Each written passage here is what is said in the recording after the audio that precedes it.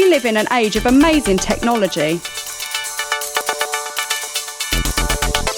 But for some people, just being a consumer of off-the-shelf gadgets isn't enough. If you're bored with this and looking for something more exciting, why not take a trip around the world at the speed of light? Delta Kilo 8 Lima Golf, this is Mike X-Ray 0 Sierra Sierra Whiskey. Okay, thank you Frank for coming back to my QRZ call. My name is Adam, as in Alpha Delta Alpha Mike, Alpha Delta Alpha Mike, Adam is my name. We all love to communicate. Amateur radio takes you beyond being a mere gadget user.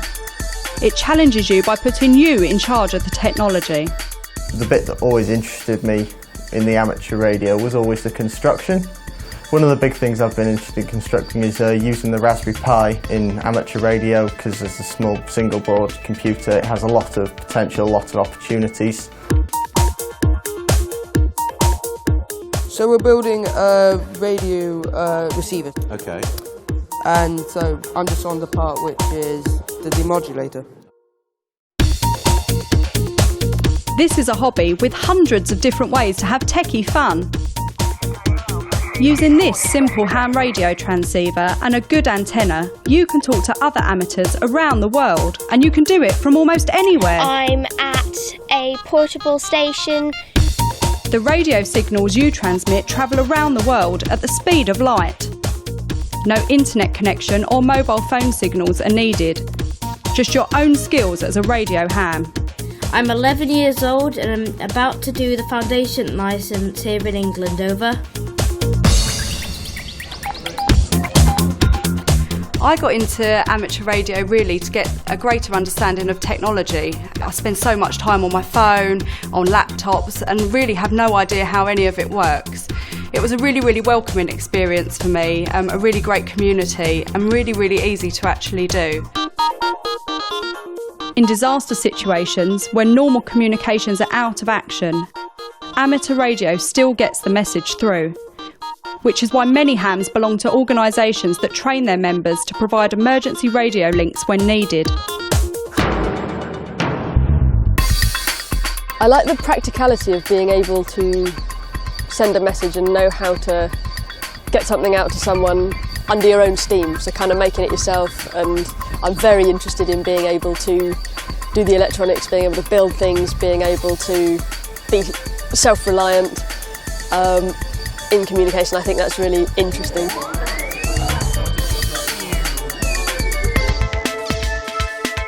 It's great fun talking to other hams in unusual and sometimes exotic places around the world. And beyond. The International Space Station carries ham radio gear on board, and there's always licensed amateurs among the crew to use it, such as Commander Doug Wheelock. I've really enjoyed using the ham radio and talking to ham radio operators all over the world. Radio amateurs around the world also build and launch their own satellites, and hams anywhere can use them for space communication experiments, and of course to chat to each other. Golf 1 X-Ray India Echo. Golf 1 X-Ray India Echo, Golf Bravo 1 Yankee Oscar Tango America. Afternoon, 5 and 9. We're using SA50, which is an FM transponder satellite, which was going over from about west to north, around 70 degrees elevation. When computers and radios come together, there's a whole bunch of new opportunities for hams to connect by radio, sending text, transmitting pictures or real-time video, even displaying data from an amateur radio satellite orbiting the Earth. Mike 6 November Yankee Kilo. CQ, GB1 Utah.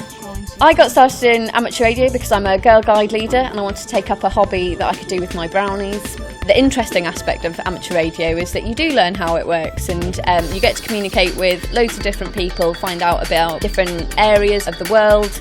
You learn a bit more about the science of how it works, and you have a much more profound understanding of a technology that is going on all around you.